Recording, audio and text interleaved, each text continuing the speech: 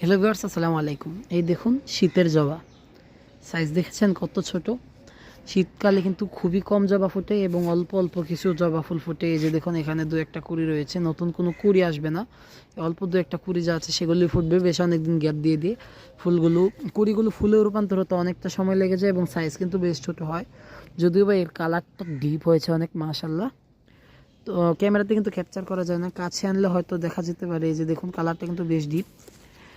তো এই ধরনের কিন্তু এখানে এত এত জবা গাছ, এগুলো রিপোর্টিং করতে হবে শীত যাওয়ার পরপরই, কারণ জবা গাছ কিন্তু সাইজে একদম বিচ্ছিরি অবস্থা হয়ে গেছে, সাইজগুলো সুন্দর নেই। অবশ্যই রিপোর্টিং করে সাইজগুলো সুন্দর করে নিতে হবে, তাহলে কিন্তু জবা গাছগুলো থেকে আবার ফুল পাওয়া যাবে। এবং মাটিও দিতে হবে, নতুন করে কিছু খাবার দিতে হবে মাটিতে। এই এত এত ভ্যারাইটির জবা গাছ আলহামদুলিল্লাহ, এগুলো যদি ভালোভাবে ঠিক করে না রাখা যায় তাহলে কিন্তু রেগুলার ফুল পাওয়া যাবে না। আর শীতের সময় অবশ্যই খাবার দেওয়া থেকে বিরত থাকুন, জবা গাছ এরকমভাবে টাচও করবেন না। জবা গাছ খুবই কম যত্নের, যদি শীতের সময় একটু বাঁচিয়ে রাখতে পারেন তাহলে কিন্তু বছরের পর বছর জবা গাছ থেকে ফুল পাওয়া যায়। এটাই হচ্ছে মেন সিক্রেট। একদম ফেব্রুয়ারি মাসে কিন্তু গাছগুলো রিপোর্ট করে দিলেই যথেষ্ট, আর কিচ্ছু লাগে না।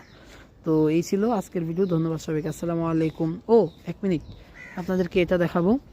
এই যে এই ভ্যারাইটিতে কিন্তু মোটামুটি ফুল দিচ্ছে, কি জানি এই ভ্যারাইটির হয়তো একটু হার্ডি টাইপ বৈশিষ্ট্য রয়েছে। এই শীতের মধ্যে বেশ ভালোই ফুল দিচ্ছে কয়েকদিন পর পরই। এই যে দেখুন কুড়িও রয়েছে, আজকে নেই কি যেন কি কারণে, কিন্তু ফুল কিন্তু দেয়। কয়েকটা জবা আছে, যেমন কয়েকটা ভ্যারাইটির জবা আছে যেগুলো কিন্তু শীতেও বেশ ভালো ফুল দেয়, তবে ম্যাক্সিমাম জবা কিন্তু ওই রকম একটা ফুল দেয় না। তো এই ছিল আজকের ভিডিও, ধন্যবাদ সবাইকে, আসসালামু আলাইকুম।